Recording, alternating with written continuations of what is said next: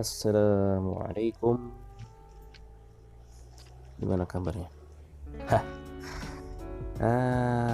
Kita mau jalan-jalan terus. Jadi ini adalah part ke berapa ya? Nanti kita taruh di deskripsi aja lah. Part ke berapa? Lupa. Jadi ini perjalanan start dari Columbia ke metro.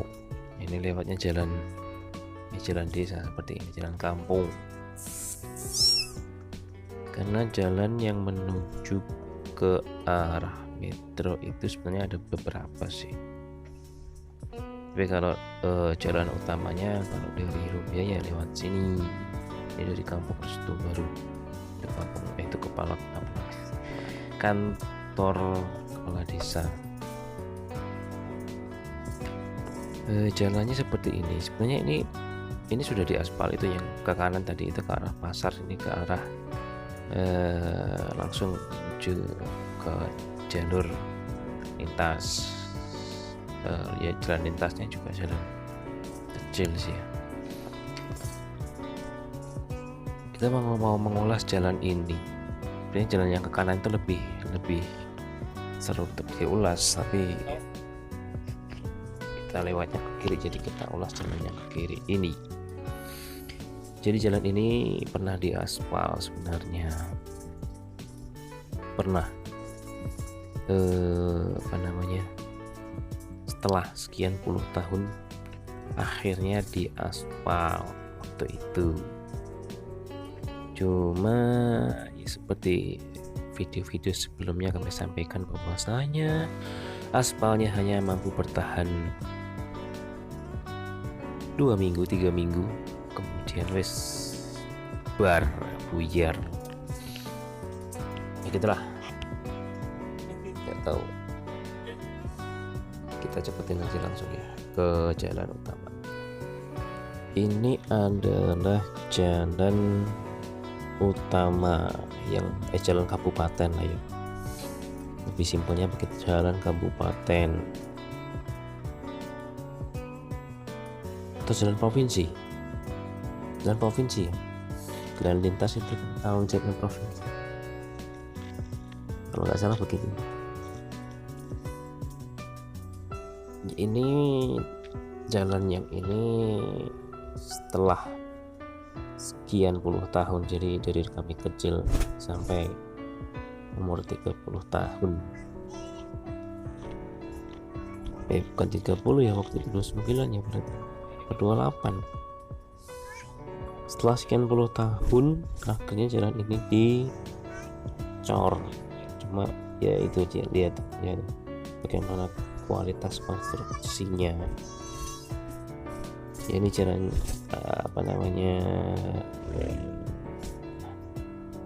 semennya itu mengelupas hanya dalam waktu 2 bulan 3 bulan, ngelupas semua ya. Cuma ini doang, itu berapa kilo ya, 100 kilo nggak sih jalan ya, dari titik itu depan itu sampai ke Pasar Baru itu sudah dicor seperti ini jalannya. Tapi ya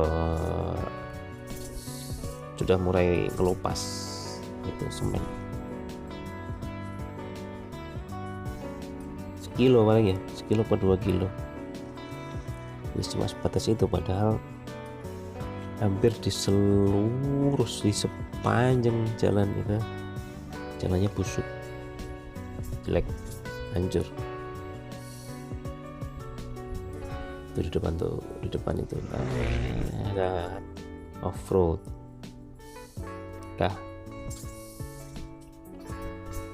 ekstrim. Jadi ini posisinya sudah mau maghrib, sekitar jam 6 perjalanan sore. Sebelumnya itu kan kita jalan dari metro Columbia itu siang sekitar jam 11 sampai Columbia itu jam 1 jam 2 sekitar itu. Kemudian langsung sorenya kembali lagi putar arah menuju metro. Itu jalannya seperti itu, dan ini akan berlangsung sampai ke Seputih Banyak. Bahkan kalau dari Seputih Banyak lurus kita ke metronya itu lewat jalur jalan lintas Punggur, Kota Gajah Punggur, Seputih Raman, Kota Gajah Punggur, itu dokumentasinya lebih parah lagi. Sebenarnya sudah ada di video yang lama, cuma kami sengaja hapus karena kualitas gambarnya jelek dan kurang layak untuk disimak. Jadi kita rencananya mau koreksi dengan kualitas gambar yang lebih baik dan lebih layak untuk disimak. Dan sebenarnya kan tidak ada voice over gini sih ya, cuma apa namanya ya, cuma cuplikan perjalanan doang, kami nggak jelasin di mana kita kembali ke jalannya. Ini jalan pun sama, sudah dapat perawatan berupa aspal ya, hanya ruas di sini nih yang cukup awet, sekitar 200 meter. Setelah itu kembali lagi kita akan menikmati jalanan off-road. Oh ya, kita coba untuk apa namanya itu pakai intonasi seperti pembawa acara ya. Kita akan menuju ke metro, dan ini perjalanan menuju jalan yang sangat-sangat tidak layak untuk digunakan dalam ngomong apa sih liputan. Jadi dari jalan yang jelek tadi ini ada jeda jalan yang cukup bagus, sekitar 200 sampai 300 meter. Kemudian kita akan menemukan kembali jalan yang rusak. Jalan yang rusak itu nanti kita akan menempuh dalam waktu cukup lama, karena itu panjangnya dari apa namanya ini daerah desa. Dari sini sampai ke Simpang Randu, jalannya jelek sekali. Dari sini ya ini sudah menemukan jalan jelek lagi. Ini berlangsung lama. Sebenarnya ya seperti disebut tadi ya, sebenarnya dari jalan ini menuju ke Simpang Randu itu hanya cukup bisa ditempuh dalam waktu 10 menit. Cuma karena jalannya rusak ini, jadi waktu tempuhnya bisa sampai 30 menit, bahkan kalau sangat santai itu bisa 45 menit atau 1 jam. Jauh banget kan. Oleh karena itu,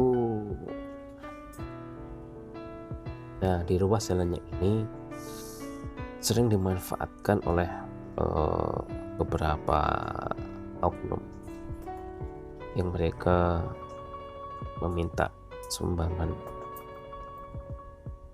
ya apa namanya bisa dibilang mereka meminta jasa menimbun jalan ya. Mereka menimbun lubang, kemudian mereka apa namanya ya, meminta seikhlasnya dari pengendara yang lewat, terutama yang membawa mobil seperti itu. Cuma fenomenanya adalah terkadang mereka hanya bermodalkan ember atau jerigen berisi air, kemudian mereka hanya membasahi tanah yang memang sebelumnya sudah dipakai, sudah ditimbun, lubangnya sudah ditimbun. Mereka siram agar tampak seperti timbunan baru. Itu ada yang seperti itu. Tapi ada juga yang memang benar-benar menimbun dengan tanah. Cuma problemnya yang ditimbun hanya 1 lubang atau 2 lubang. Pokoknya ya hanya sedikit lubang yang ada di sekitar lokasi dia meminta apa namanya sumbangan itu. Apa ya bahasa sederhana ya, intinya dia hanya menimbun beberapa saja, tapi dia minta apa namanya itu sumbangan pantas gak sih? Ya, meminta keikhlasannya berupa itu jadi jasa menimbun itu bisa pagi sampai sore dia minta, dia standby di satu titik itu saja, tidak bergeser kemana-mana. Bahkan ada juga yang dia timbun hari ini dengan tanah real, ditimbun dengan tanah di satu titik, kemudian besoknya dia hanya bermodalkan air, dia basahi tanah itu sehingga tampak seperti timbunan baru, padahal itu di titik yang sama. Itu hal yang tampak biasa di tempat ini. Bagi sebagian orang yang lewat, kadang-kadang itu hanya dianggap sebagai sedekah saja bagi yang minta-minta, padahal ya tidak signifikan memberikan kontribusi bagi pengendara yang kebanyakan memang bawa beban berat, karena mobil yang berat bebannya itu ketika lewat sini sangat beresiko untuk terguling seperti itu. Seperti di video sebelumnya yang mana ada sebuah truk yang akhirnya mengalami kerusakan karena melewati jalan yang berlubang cukup dalam di daerah Simpang Randu seperti banyak, dan suasana sudah cukup gelap. Ini sudah memasuki waktu maghrib. Sebenarnya kita berencana untuk sholat maghrib itu di masjid Putih Banyak, karena di sepanjang jalan di sini, jadi mulai start di sini sampai ke Simpang Randu itu adalah kawasan kita dari sini ke lain. Oke, kita coba cepatkan saja, nanti kita langsung menuju ke jalan yang rusaknya itu cukup panjang, yang di situ cukup melelahkan, dan sudah banyak tragedi terjadi di tempat itu, baik mobil mengalami kerusakan, mobil hampir terguling atau sejenisnya, dan itu memang butuh perhatian yang cukup. Kayaknya masalah itu segera teratasi gitu. Ya memang sudah ada treatment seperti yang terekam di video sebelumnya, cuma sudah dijelaskan ya, perawatannya juga kurang baik. Kita akhirnya sampai di sini. Ini sudah dekat dengan kawasan Simpang Randu. Ini sudah disebut banyak. SP berapa saya lupa nih. Emang lupa. Kalau nama-nama daerah itu sering lupa namanya, apalagi yang pakai kode huruf dan angka, gampang sekali lupa. Kondisi malam hari seperti ini. Kalau di video sebelumnya itu kondisi di siang hari, ya kalau malamnya seperti ini, coba bayangkan. Gelap sekali, tanpa ada lampu jalan. Itu truk punya bikin silau yang di atas, tapi sekarang mulai tuh lubang tuh dalam ini, jeduk, waduh, ini ngerusak kaki. Kayaknya sudah korban, mobil ini sudah korban karena sok belakangnya sudah patah, sok depannya sudah nggak main lagi tuh, kalau digoyang dia bunyi krekat. Kemungkinan bocor juga, perlu diganti. Idle armnya katanya juga kena. Parah pokoknya. Ini perjalanan masih berapa menit ya? Sebenarnya cepet, sebenarnya nggak 2 menit sebenarnya sampai Simpang Randu, tapi bahkan nggak nyampe 2 menit sepanjang jalan untuk menuju ke Simpang Randu. Tapi faktanya karena kerusakan ini bisa sampai 15 menit, apalagi malam, kondisi gelap sekali. Bayangkan kalau ini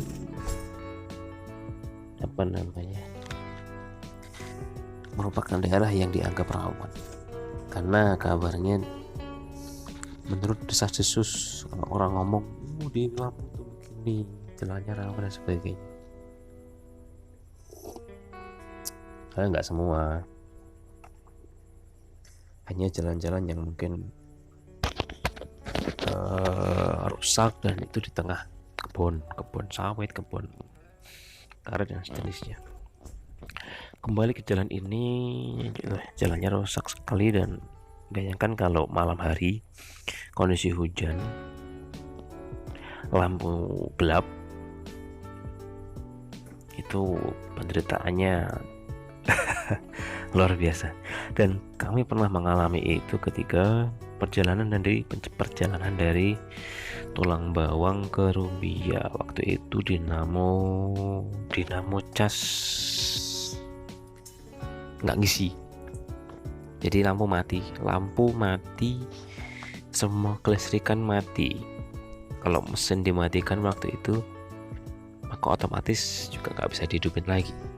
Alhamdulillah waktu itu mesin masih hidup, kita pertahankan mesinnya agar tetap menyala, dan lampu waktu itu tidak ada. Jadi seperti ini kondisinya, gelap sekali.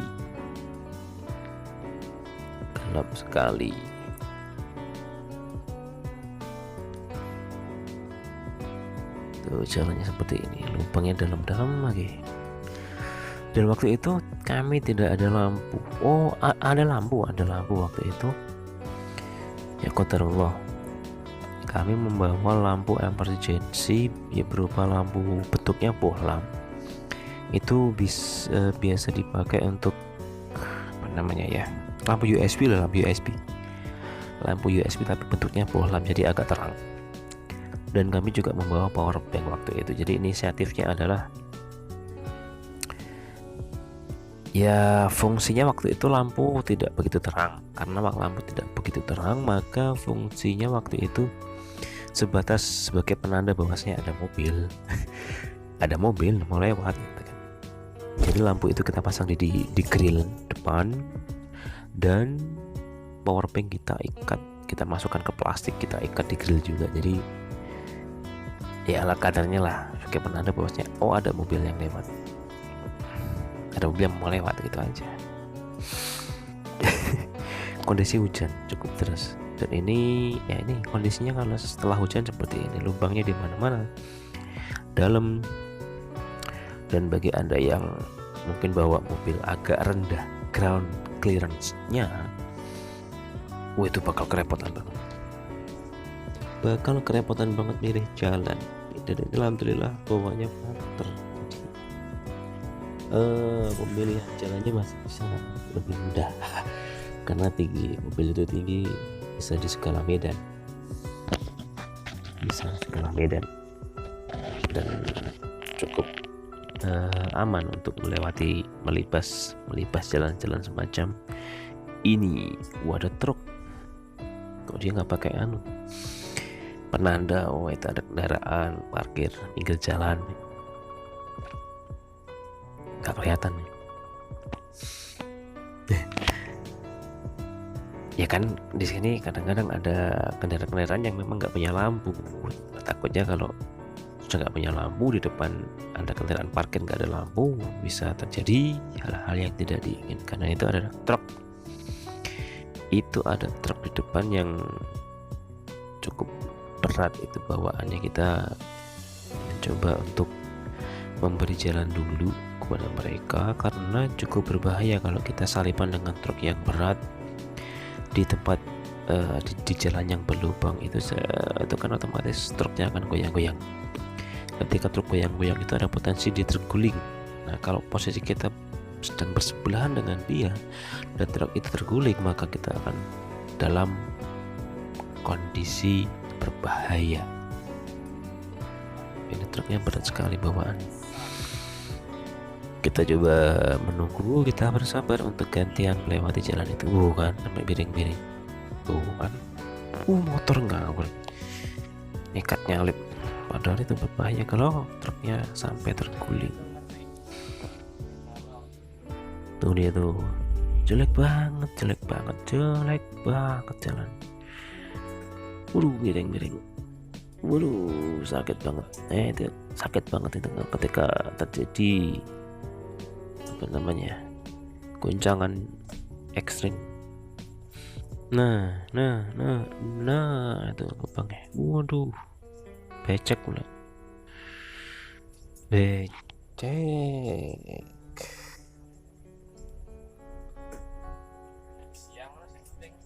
Ya sebentar lagi kita sampai di Simpang Randu.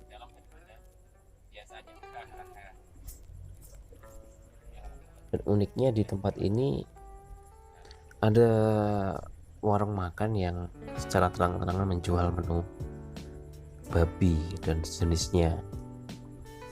Intinya bagi umat muslim itu menu-menu yang tidak semestinya dikonsumsi, tapi ya mungkin itu lebih baik juga sih untuk sekalian diperjelas bahwasanya itu haram daripada yang remang-remang gitu. Maksudnya ada sih pernah menjumpai sebuah warung makan yang dia nggak terang-terangan memberikan daftar menu, dan ketika mau pesen ternyata ada tulisannya B2 yang dalam makna namanya babi. Nah ini kan mobil parkir di pinggir jalan nggak pakai penanda lampu atas jenisnya kon atau apalah. Bahaya kalau misal ada kendaraan yang lampunya juga kurang begitu terang melewati sini, bahaya, bisa beresiko nabrak. Sampai di Simpang Randu kita belok ke kiri menuju ke arah lintas timur yang ke arah Sukadana, karena kita akan lewat lintas. Kenapa? Karena kalau kita lewat lurus di jalan ini, kita lurus ke sana ke arah Punggur Kota Gajah, itu jalannya lebih parah, lebih buruk daripada di sini. Dan kita mau sholat dulu dan kita akan lanjutkan perjalanan setelah melaksanakan ibadah wajib. Kita akan jam 4 sore sekalian untuk efisiensi waktu, dan memang disunahkan ketika safar untuk dikosor. Seperti itu, kita lanjutkan di lain waktu. Terima kasih telah menonton. Assalamualaikum warahmatullahi wabarakatuh. Like, share, subscribe.